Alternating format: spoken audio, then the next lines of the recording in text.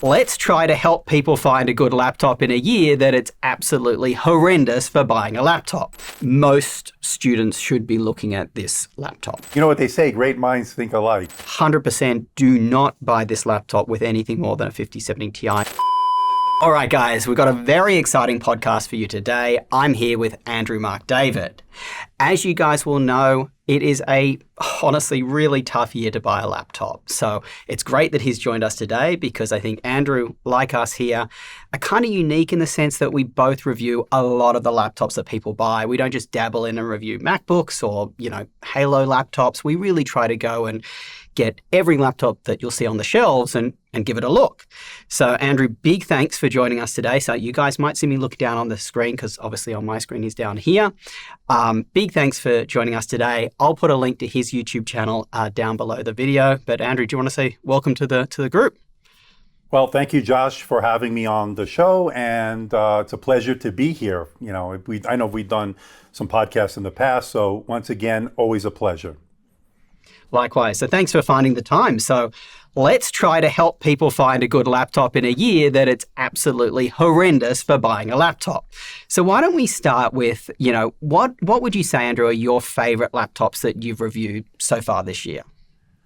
So as you know, this has been a very interesting year, to say the least, when it comes to finding the right laptop. And between your channel and my channel, we've seen pretty much everything that's come out so far here in 2026. So I think it just depends on what your budget is. And I think that's going to play a key part, obviously, as we're in this Ramageddon, this RAM apocalypse or component crisis, whatever you want to call it, right? It is what it is. And I don't think it's going to change anytime soon. With that being said, here's some of the ones that I like. So if money is no object, one of my favorite laptops that I reviewed this year was the Asus ExpertBook Ultra. Now, this one, as you know, when we met up in New York City, we met with Asus and we saw this for the first time and we were like blown away. We saw, hey, it's got everything from the display, the tandem OLED display, to the Panther Lake Core Ultra X7 358H and so forth. And we saw some amazing build quality on it, right? And I was like, why? It's sort of like they were not hiding it, but they should have brought it to the forefront. And they did. They made a big push with it. Unbelievably great laptop from Asus. And that's one of my favorites for 2026. I think the only thing I'd add, Andrew, about that one is I think I was surprised how thin and light it is. It's really, for the performance it packs, because it's got, the Intel Panther Lake X chip, which is pretty, very, very good chip. And it was, it's a joy to carry around that thing. It barely a kilogram as configured. I think there will be SKUs that will be under a kilogram. It's just unbelievable. It was really great. Even had a beautiful haptic touchpad. So it had everything, checked all the boxes. Unfortunately, like every laptop, it's not Asus, it's not directly related to them, but I think everybody's affected, including Apple, obviously. The price came in very high. So that was my biggest concern I had with it going into it. And when I reviewed it, we didn't have exact pricing yet. Once we knew what the pricing was,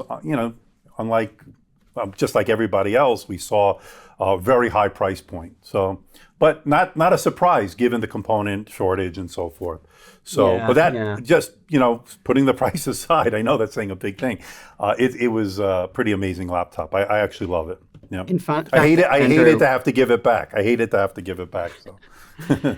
In fact, Andrew, that is a good reminder of something I should have said earlier in the podcast, that today's podcast is actually sponsored by Asus. And it's funny because you mentioned that first and completely separately to what I'm about to say. But today's video, and clearly, Asus is allowing us to talk about many, many different laptops here. Right. They're just helping us, produce this so you guys get something great to watch. So big thanks to them for sponsoring the podcast today. But as I said, our lists were prepared completely independently. I think, Andrew, you didn't even know that it was sponsored by Asus before I mentioned it this morning. No, I had no idea, yeah. But just to show you, I've got an Asus laptop right here. This is the Asus ProArt PX13 that I'm going to review at some point. So good stuff from Asus this year. So let's say that someone can't afford the ridiculous price of the one you just mentioned. What else you got for them? So if they can't afford it, so this is where things get interesting. So I would always recommend, look, it depends if your budget's right, like so $800 to $1,000, maybe $1,100. Obviously, the go-to choice was the M5 MacBook Air. I think that appeals to everybody. The price to performance ratio. It's an incredibly popular device. Literally have it right here as one of my recommendations. Yeah, and I think it's a natural. I think you get a lot of bang for the buck. You get a lot of performance out of it. Is it perfect? No. Do I love the display? No. I'm a little bit of a display snob, but for the general public, for most people, it's a great laptop. It'll do what it needs to do. It'll get you great battery life. The performance is very good, especially the single core, where you do your everyday tasks. It's excellent. The M5 chip is proven to be the best in terms of efficiency, power to performance ratio and so forth. But efficiency has been the key with that. And then you can get them on sale. Hopefully, they'll come back down on sale at some point as we head back to school and so forth. But you have to consider the Neo if your budget's really bad. If you have not bad, I shouldn't say bad. It's limited to say $500, $600, $700. I think there are some good choices though. The one that I'm actually looking at now, and I think you reviewed, is the XPS 13 from Dell. Yeah. I was actually blown away by the build quality at that price point. I thought it was excellent. I thought the keyboard was good for the price. Another one we both are sharing our recommendation of. Yeah, I got mine right here. And I've been testing it through this whole weekend and so forth. And the performance is enough for basic tasks. Would I use it to do video editing? Absolutely not. Would I do any kind of gaming on it? Probably not. At a very minimum, it would be very minimal, right? But if I'm just doing, web browsing, email, general purpose stuff, it's great, And where I think it has a nice, a leg up over the Neo in a sense, you get more features. You're getting a backlit keyboard, the usual stuff. You get a touch screen if you want it. Obviously, it's there. Even the ports on the entry level one are a little bit better, I think, than the ports you get on the Neo. But you get a little bit better on the XPS 13. You can get, I think, at 10 gigabits per second. Now, I think they will have a Panther Lake version that will have Thunderbolt 4, which is really great. But I think you'll pay more for that, obviously. But yeah, I like the XPS 13 for a student on a very strict budget. If you're not in the Mac ecosystem, you want something from Windows, gives you a little bit more features, that's good. There is actually one more. I hate to keep going on. There's one more that I looked at. I picked like 7, so you picking whatever. So there is another 5, one. Fine, yeah. Now I haven't reviewed it, but it's one I did. I actually did a sponsored video for them. They were Acer, and I went to Computex and I got a couple of days with the Acer Swift Air 14. Or is it the 14 Air? I can't remember how the wording, but it's also running the same Wildcat Lake processor. So you get either the Ultra 5 or not the Ultra 5, the Core 7 and the Core 5 or whatever it is, the 320, I think, right? That one also is a very good, don't sleep on that one because, and I don't know if they released it yet. I know they're about to or they were going to. That one had a really nice display. That one had also a backlit keyboard. Had really good port selection. In fact, I think that one did have actually Thunderbolt 4 ports, which I had to check with them. I was like, you sure? And they were, yeah, these are Thunderbolt. So there are choices out there. And I think it's coming in at the same price point, right? Even though we know the Neo now is $100 more, right? Which nobody's happy about. So now you have some more intriguing choices on the budget-minded student. So parents, if you're watching, you have some choices here from Windows side and you have obviously from Mac. Moving along, I mean, maybe I'll just give you my recommendations, or have you got any more that you really like this year, Andrew? A couple of more just to, make a nice mention here. I think the ThinkPad X1 Carbon Gen 14 really is great. I like the modularity, serviceability, the space frame design. It doesn't go to the level of the Framework Laptop Pro, that you're going to review and so forth. But they make strides here, and that's really good. Now, here's one caveat I will say about the X1 Carbon. In the United States, at least what I can confirm here, you can only get it with the 8-core processor, which would be the Core Ultra 7 355. I couldn't find it with the X7. Now, outside the United States, and I know they do offer this, they do offer it with the X7 358H with the 12xe graphics, the Intel Arc B390. So that's the only thing I'm a little bit disappointed in, is not getting it here in the US, at least not yet. I don't know if they're planning on it. I reached out to Lenovo. I haven't heard back, but hopefully we'll get some Lenovo seem to be clarification on struggling with getting those X chips here, because like the Yoga Slim 7i Ultra, which is their like flagship consumer laptop now, was meant to come with the X chip. We're hearing it's still coming, but it's also got that. It's only got the 8-core one right now, and that laptop it's a very, I use the term lightly, it's a somewhat mediocre laptop without the X chip, but with the X chip, it's a fantastic one. And just for the audience, maybe I'll just explain for the audience what that X chip means. That Intel this year really has kind of like 3 types of processors. They have this base one, which is these 8-core ones without X and H in the name in the Series 3. They're very good for like casual use, light use. They've got 8 CPU cores, but the GPU only has 4 Xe cores, very basic, like League of Legends, that kind of stuff. Then they have the H versions, and those ones have a more powerful CPU. It could be a 12-core or a 16-core, but generally their GPUs are a bit cut down, with the exception of one. I think there's like an Ultra 5 338H. The guys can put the name of it on screen, which has a good GPU, but for the most part, the H's have strong CPU, but the GPU is still kind of middling. And then there's the X ones, which have the strong CPU and the strong GPU. And that integrated GPU gives you kind of performance of like a lower wattage NVIDIA 4050 or 5050, but it's still very good for an integrated laptop. Yeah, I think I was very disappointed when I couldn't get the X1 Carbon with the X chip, the X7 358H or 368H with V Pro. The same with the X1 2-in-1. I couldn't find it with the X with the X chip, but I did get the X9 15P, which is the ThinkPad X9 15P, and that one has it. You have it there. And one of my favorite laptops. I almost thought about that being my favorite, but it's kind of hard, with that price being so high, $3,000 as configured. But maybe that's about bargain. Well, Andrew, I got a little bit of a thing for you there, because it has that hidden, the Ultra 5 H chip. It's one of the ones that comes with that one, which has the 12-core CPU and the 10-core GPU. It's actually close to even though it doesn't have X in the name of the CPU, it's close to that, very close to that in performance, but it costs a lot less. I think it's going for we'll put it on screen, but it's a lot cheaper than the one you mentioned. So I think a lot of viewers don't know that about the ThinkPad X9 15P, that you can actually buy the Ultra 5 one and get close to an X chip. Yeah, I saw that as an option, but you didn't think about it. Maybe that's a great suggestion to save some money. But everything else, I mean, they added an SD card reader. They added another Thunderbolt 4 port on the right side, so now you have 2 on the left, 1 on the right. I mean, the display, what can I say? It's excellent. It gets bright. I think it's 1100 nits of peak brightness. Here's the thing, though. People don't consider it a true ThinkPad because it doesn't have the track point. So, my audience, it tends to be a lot of die-hard ThinkPad people, and they don't like the fact it doesn't have the track point. Whatever. If they called it a ThinkBook, maybe, I don't know.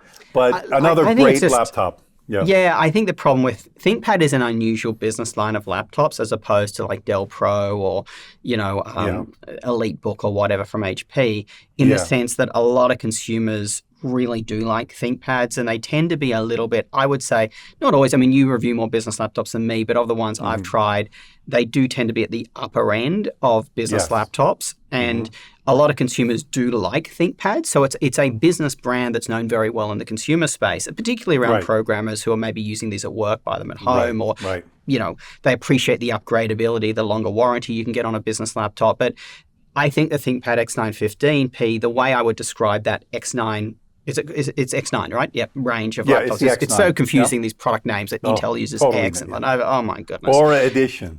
It's the ThinkPad X9 15P with the Aura Edition when, by the way, P means performance.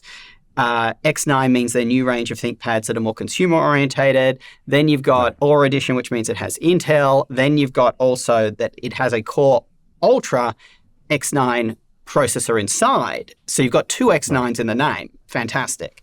It's just crazy stuff. But I think where I was going with this is it's a laptop that I think a lot of consumers don't know is so good, but it really, really is. And if you get the right one with that Ultra 5 chip or one of those, you can get it for I wouldn't say it's a decent price, but it's not we've seen just as bad on the consumer side. So, you know, I remember speaking to one of the people at Lenovo when this came out last year, when they brought in the X9 line, you know, when they introduced it. They said they were going for more of the XPS crowd. They wanted to get more, you know, the consumer crowd, because, you know, they dominate on the business side of things, but they wanted to open it up a little bit. So yeah, it makes sense. I mean, you know, and I love it. It's one of my favorites of this year so far. So yeah. Yeah.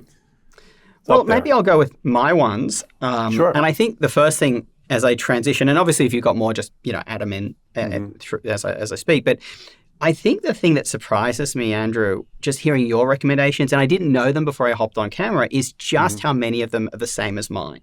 And I think it just shows the audience that a lot of people maybe buy one laptop in isolation and then perhaps argue with us that, hey, you should have given this one a better review.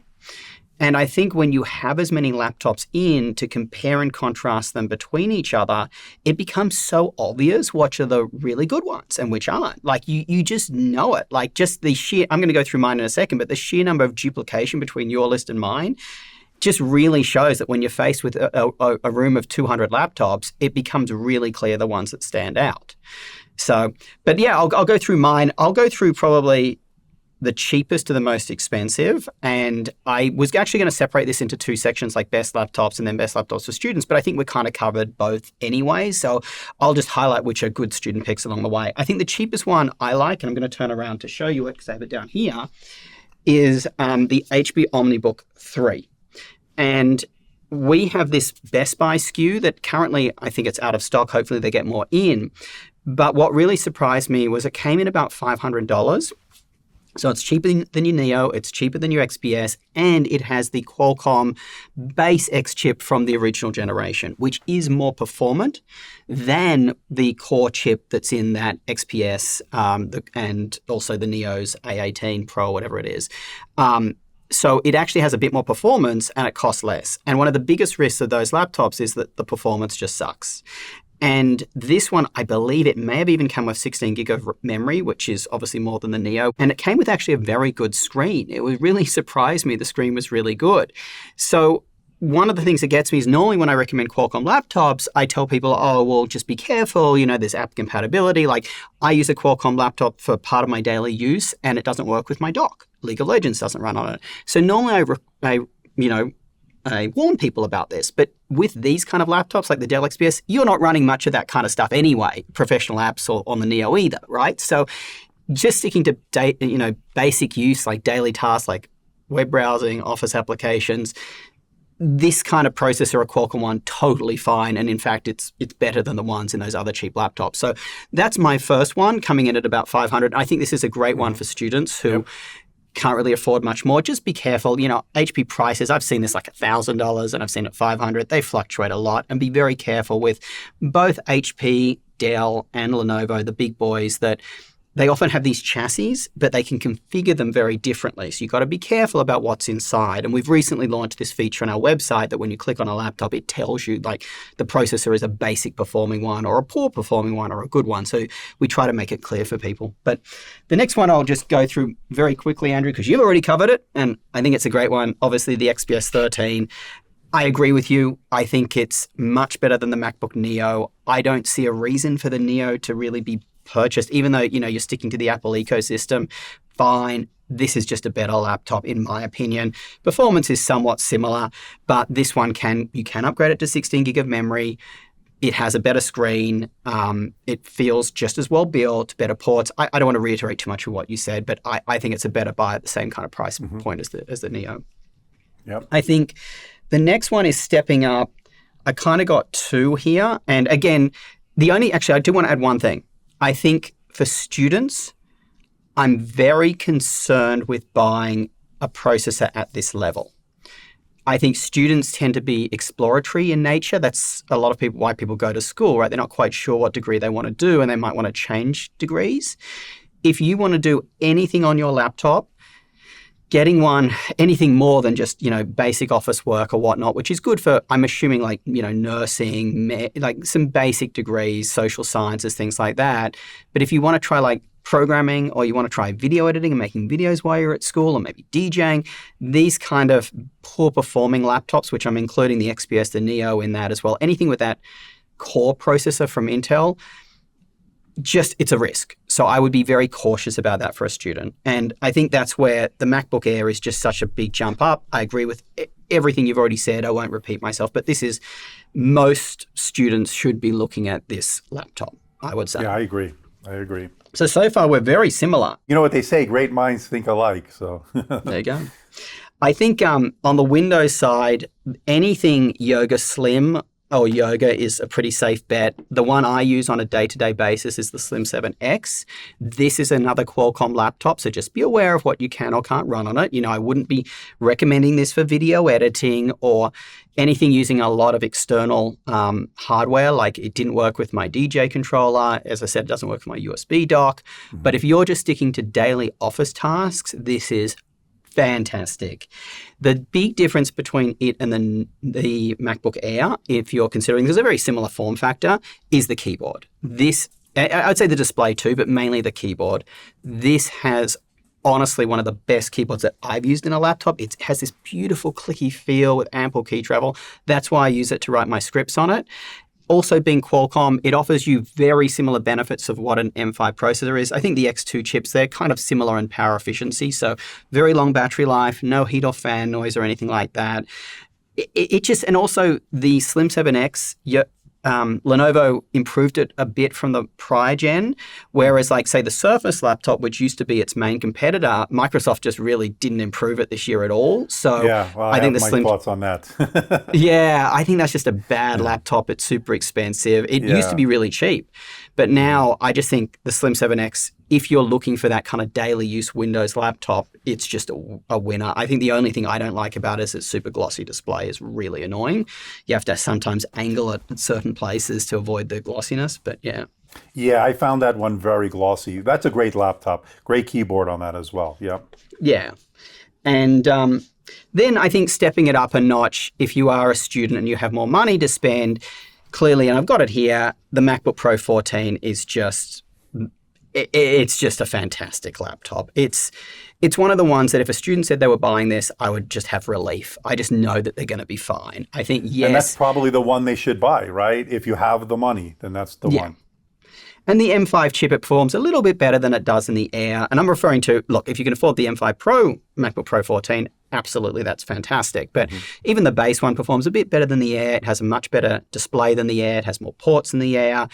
It's just a laptop that's really going to give you a lot of confidence and reliability that you're going to be fine, say, as a student. Any buyer, as long as your apps work on macOS. But I think one of the differences between macOS and buying a Mac laptop versus Qualcomm is with macOS, you know very clearly what's going to work or what isn't. The problem with the Qualcomm ones is that you don't know what's going to work on Windows on ARM versus Windows. It can be a little bit because it just says it works on Windows often. So that's that one. The next one is step up, as you mentioned, the ThinkPad X9 15P. 100% agree with you. If you're looking for the best Windows laptop and you don't need dedicated graphics, I think that one is hard to beat. Andrew and I both recommended it, right? Yeah. And then I think, Andrew, my last one is really, I think my most improved laptop this year is the Asus, the Zephyrus G14, which I have here. I was really great. Yeah. Yeah. I mean, I was shocked. I have used this laptop year after year since it first came in. It was big hoopla about it. Its main thing, guys, is it's a 14-inch laptop, but it has more performance than any other 14-inch Windows laptop. So you can get this with discrete GPUs, normally up to 5080s, some regions even 5090s. And that's insane. Most 14-inch laptops cap out at a 5060, 5070. So, but the problem was, in the past, year after year, this has just been really warm to the touch. It's a small laptop, you're packing in a lot of hardware. And for me, that just made it feel very uncomfortable to use. And it would get warm just office work, right? And that made it really uncomfortable. But this year's, it's just with that Panther Lake chip, it just, honestly, it's actually usable. It's really usable. It's great. It doesn't get overly warm. It's more efficient. It's more efficient. Better battery life. Yeah, great. we noticed a I significant step up. Yeah, that was a major. That's probably the most improved laptop, like you've said. That's a big jump that they were able to pull off. Yeah. I was shocked because on paper, it's like, okay, it has a full-size SD card reader, not a micro. It has some slightly redesigned vents, the new Intel processor, and it has 10 watts more to the GPU. So I'm like, okay, that's pretty minor incremental update. But when I used it, to your point, even the battery life was much better. I was like, every part of it was, and the screen is 100 nits brighter, because that was another issue I had with it. Mm-hmm. So let me ask you this. Would you recommend anybody to go above a 5070 Ti for that one? Like, is it diminishing returns for the 5080 or no? Yeah, so we've done huge amounts of testing. We've got a new, we've actually hired a full-time professional gamer into the team to handle our gaming laptop testing. So we're doing a high level of testing that we've done before. 100% do not buy this laptop with anything more than a 5070 Ti. Even a 5070 is about the limit. A 5070 Ti maxes out 140 watts. This can max it to 130. In real life, it rarely hits that, by the way. That's more of like if you're running Furmark. Asus also has this ridiculous thing, and there's an Asus-sponsored video, but it shows you that we're allowed to still give our true feelings. Right. That you have to run in their manual mode to get the full performance to the laptop. Yeah. This is just nuts. To get to the peak wattage, yes, you have to do that. I mean, they already have a performance mode and a turbo mode. Why do they need a manual mode as well? Like, why do I need to run a manual? Turbo should already feed at full power. But back to Andrew's question about the higher tier GPUs in this, they're just not fed anywhere near the amount of power you would have in another laptop. Yes, they might perform a little bit better because they might, maybe they have more VRAM or CUDA, etc. But I think the 5070 Ti is a sweet spot. You're already getting the more VRAM in it. It's good enough. If they come out with a 5070 version with the 12 gig 5070, that's the one I would actually recommend because, as I said, even though it claims it can feed at a max of 130 watts, which is close to the 5070 Ti, in real life, it's more like 115. So this would truly max out a 5070. So if they came with that 5070 12 gig, that would be my recommendation. And I think that's a sound choice. I think that's the way to go. You're right. And especially in that chassis, you want it to be the right balance between power, performance, efficiency, and you don't want it to get overheated. And like you said, the 5080, it's probably overkill for something in that chassis. I'll give you this test that Sam did, which is a new one we're starting to share on the channel, which is very interesting, Andrew. It's not just the power that the chassis can cool to the GPU, it's also the CPU that it's paired with. We found that the 5080, even in this laptop, the G16, with the Lunar Lake core, not Lunar Lake, the Panther Lake 16-core chips, this one, the CPU is not powerful enough to match the 5080. So what happens is, as you lower the render resolution, it puts more pressure on the CPU versus the GPU.